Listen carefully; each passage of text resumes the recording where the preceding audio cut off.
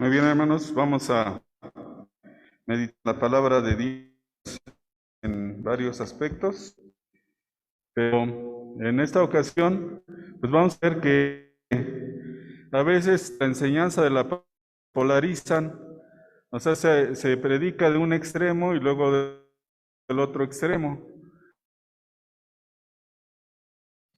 que el cristiano no podía ser abogado porque el que era abogado no llevaba la palabra de Dios. Después pasó un tiempo y decían que los psicólogos no podían ser cristianos por la formación que se tiene.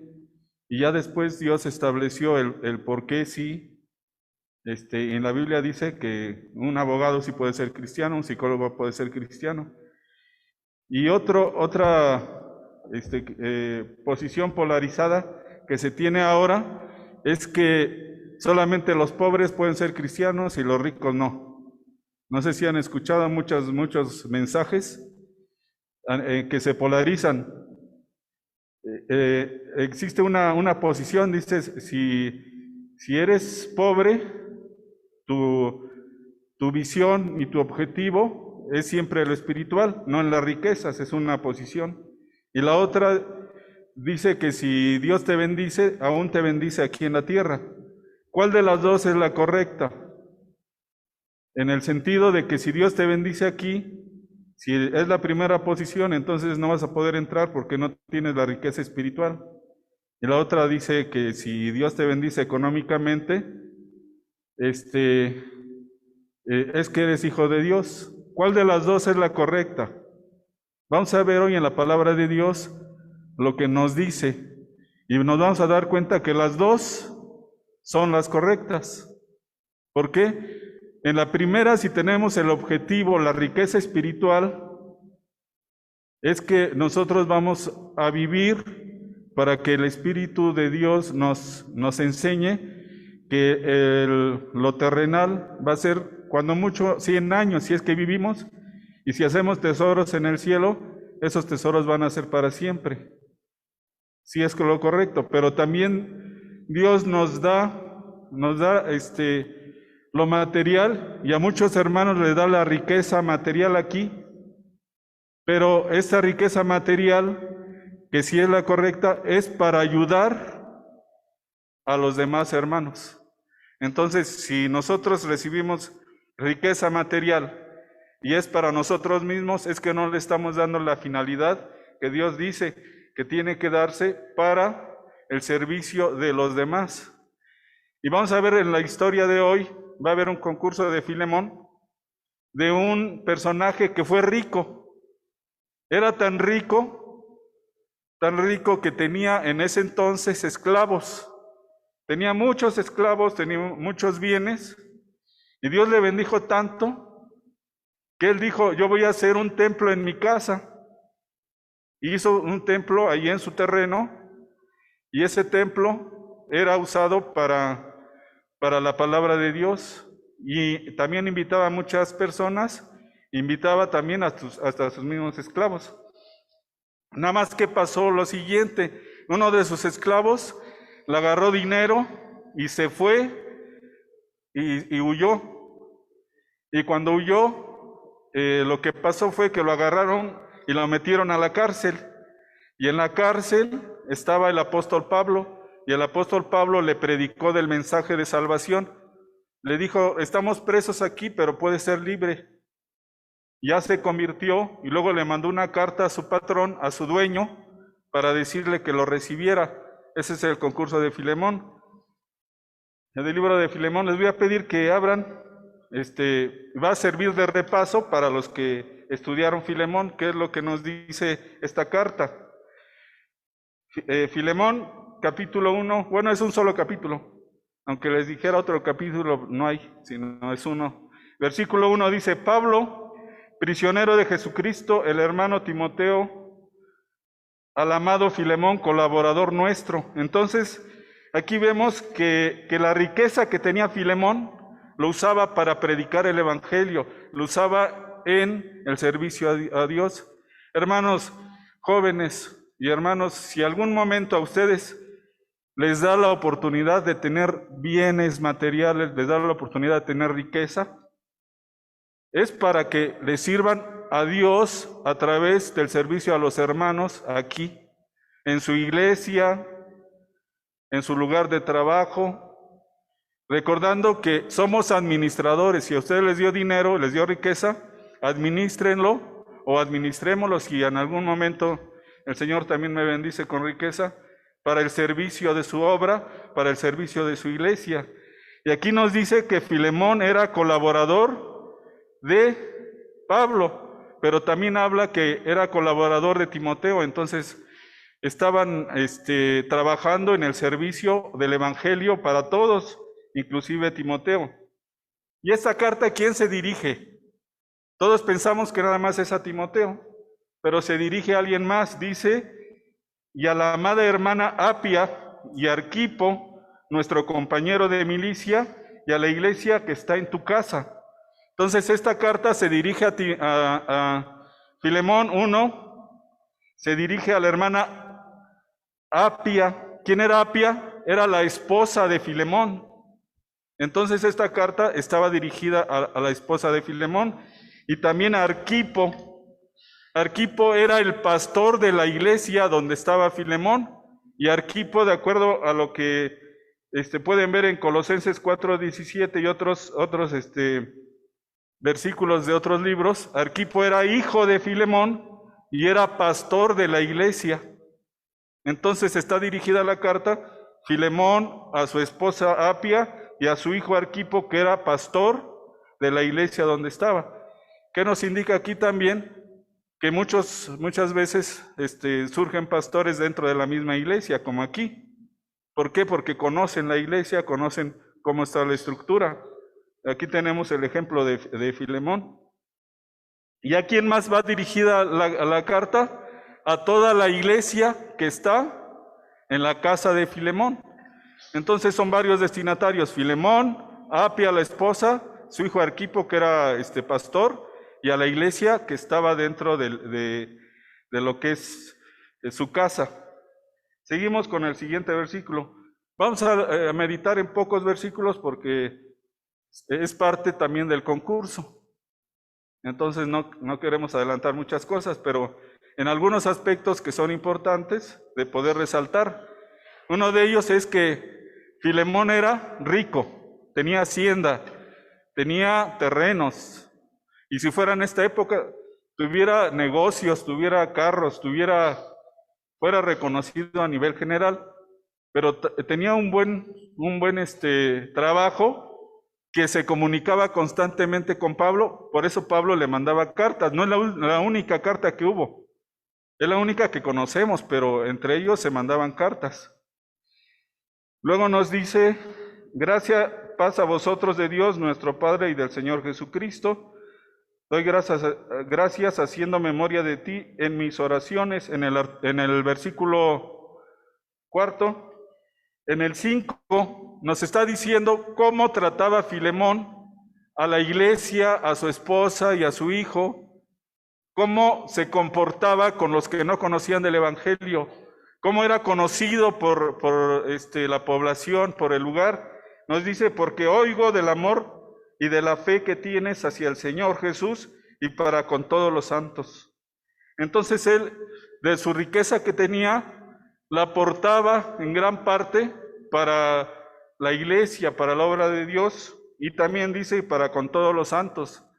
Imagínense un patrón, no era patrón, era dueño de los esclavos. Entonces, en ese entonces los trataba como hermanos, aunque fueran esclavos. Pero al que como que no había una buena relación, era con su esclavo que se escapó robando dinero, que se llama Onésimo. Pero eso más adelante aquí lo va a mencionar. Dice: para que la participación de tu fe sea eficaz en el conocimiento de todo el bien que está en vosotros por Cristo Jesús. ¿En dónde estoy? Me van a decir en el versículo 6. Aquí dice participación. Hermanos, si a usted nuevamente le menciono, Dios le va a bendecir o le está bendiciendo económicamente, recuerde que es un objetivo, que ese dinero que Dios le está dando es para la participación en la obra, en su iglesia, y la participación en el Evangelio. Por eso Dios le está bendiciendo, porque Dios sabe que usted puede ser un buen administrador y puede tener el recurso, ¿para qué? Para el beneficio de Dios. Y recuerde que si el bien material que usted lo ocupa en la iglesia o en el servicio a Dios, aquí va a ser que ese servicio se cree en bienes espirituales allá en el cielo. Lo que usted dé aquí materialmente se va a transformar en riqueza espiritual que nunca se va a acabar, recordando que la riqueza aquí es material se acaba, pero si lo invierte en el servicio del Señor, se va a transformar en riqueza espiritual. Aquí, como lo está diciendo, que Filemón participaba, y la participación, ¿cómo era?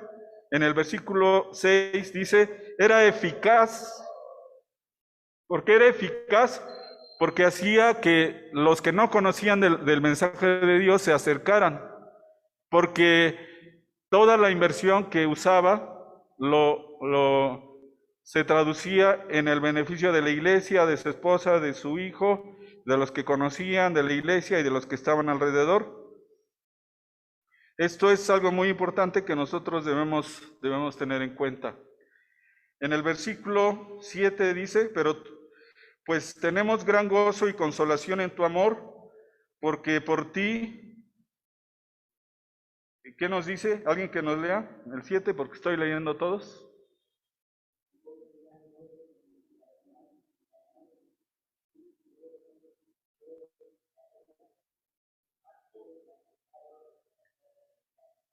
Sí, dice, por ti, oh hermano.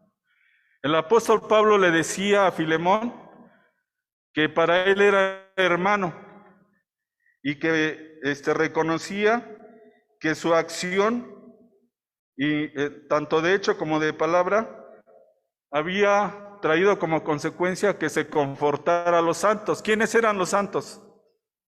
Los miembros de la iglesia que estaban en su casa.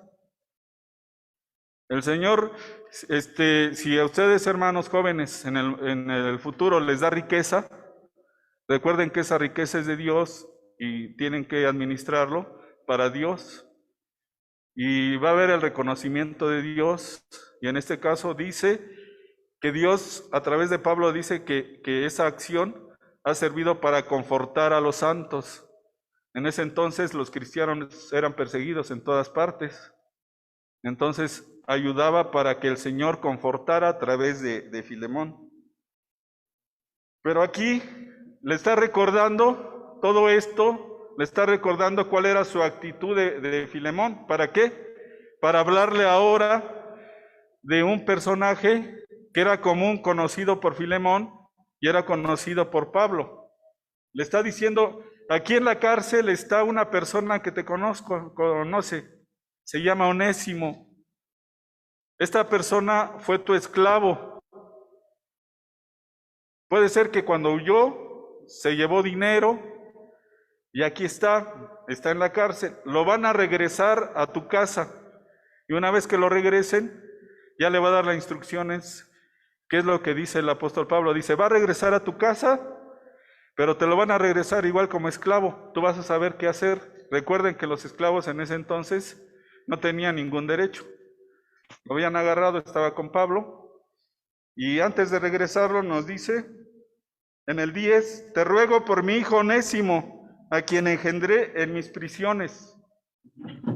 Está diciendo que en la cárcel le habló de Jesús, en la cárcel se arrepintió Onésimo y le entregó su vida a Jesús. Por eso le dice que es su hijo espiritual, su hijo en sus prisiones. Dice, te ruego, no le está diciendo otra cosa, sino dice, te ruego ahora que cuando regrese Onésimo lo debes tratar como debe de ser, como hijo de Dios, que lo perdones si te ofendió. Luego nos dice en el 11, el cual en otro tiempo fue inútil, pero ahora a ti y a mí nos es útil. ¿Qué nos dice aquí? Que cuando le robó y se fue inútil, pero que ahora que ya se convirtió, ya es cristiano, ya le es útil a Pablo y también le va a ser útil a Filemón. Dice en el 12, el cual vuelvo a enviarte, Tú pues recíbele como a mí mismo. Lo vuelvo a leer. Dice, el cual vuelvo a enviarte, tú pues recíbelo como a mí mismo. ¿Qué significa? Le dice, ya no lo recibas como esclavo. Recíbelo como si yo estuviera llegando a tu casa. ¿Cómo me vas a recibir si eran amigos? Dice, lo vas a recibir como a mí mismo, el mejor lugar, mejor trato. ¿Qué pasaría también hablando de esta situación, de lo que estamos viviendo en la pandemia? Muchos hermanos que hicieron su profesión de fe aquí, que se bautizaron y que por azares, como dicen, no es del destino, sino de su decisión, se fueron. Unos al mundo, otros a sus actividades, otros al comercio. Muchos no están aquí porque están en la plaza, están jugando, están realizando otras actividades. Pero si el Señor les habla y reflexionan, y el Señor le dice a la iglesia, va a ir otra vez, pero recíbelo como a mí mismo, si Jesús dice, pues nuestra actitud, y nos enseña Filemón, es recibirlo. ¿Por qué? Porque el Señor así lo está mencionando, que a lo mejor estaban en esclavitud fuera, pero pueden regresar. No sé cuántos hayan sido bautizados, hayan hecho profesión de fe del 2000 al 2020. No sabemos dónde están, pero el Señor a través del Espíritu Santo les va a redarguir. Aquí fue del apóstol Pablo a Onésimo, y aquí no sabemos quién esté redarguyendo el corazón afuera. Y el Señor dice que lo reciba. Es en este sentido. Porque tenía todo el derecho de hacer con Onésimo lo que quisiera. En el 15, porque quizás para esto se apartó de ti por algún tiempo para que le recibiesteis para siempre. Si el Señor va a redarguir el corazón de los que se fueran, dice que si van a regresar van a ser para siempre, porque el Señor no los va a dejar estar en paz. Recordemos eso, que cuando ya somos hijos de Dios y nos alejamos y estamos en otro lugar, van a estar incómodos donde sea, y el Espíritu Santo va a redarguir para que regresen a Dios, no a nosotros, sino a Dios. ¿Y cuál debe ser la actitud de nosotros? ¿Cuál es la petición que le hace el apóstol Pablo a Filemón? Recíbelo como a mí mismo, y a todos los que conozcan de Dios, y a todos los que vengan a Dios a través de la iglesia, recibirlos como a Dios mismo, como a Jesús mismo. Yo creo que con esto terminamos, porque va a haber un concurso, y si mencionamos más cosas, pues a lo mejor va a haber una confusión en lo que ya estudiaron. Pero terminamos con lo siguiente. 3 conclusiones. Primera, que no es correcta la posición de decir que solamente los pobres van a entrar en el reino de Dios, pobres materialmente, sino también los ricos, que Dios les bendice aquí, cuando utilizan su riqueza en el servicio de Dios. Esa es la primera conclusión. La segunda es que nosotros debemos perdonar las ofensas a los que nos ofendieron. Aquí, como Filemón perdonó a Onésimo. Vean la escena, cuando traen a Onésimo de la cárcel, los soldados romanos, y le dicen, Filemón, aquí está Onésimo, te robó, lo agarramos, haz lo que tú quieras, y si tú quieres que esté en la cárcel está, y si lo quieres recibir, recíbelo.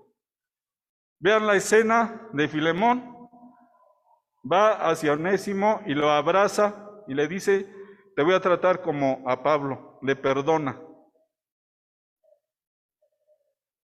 La tercera conclusión es lo que le dijo Pablo a Filemón, que nosotros debemos tener en cuenta.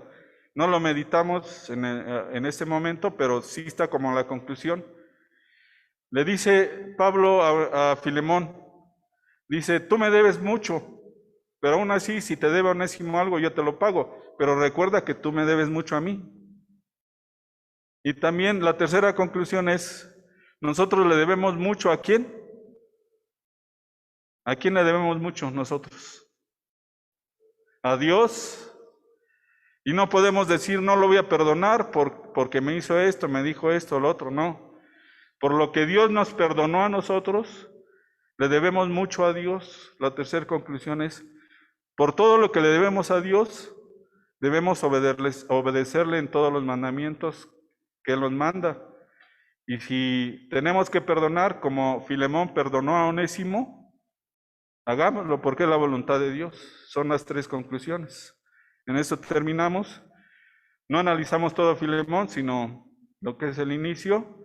Dios bendiga su palabra y a través del concurso podamos retroalimentar la enseñanza de lo que el Señor nos da a través de Filemón. Dios los bendiga, hermanos.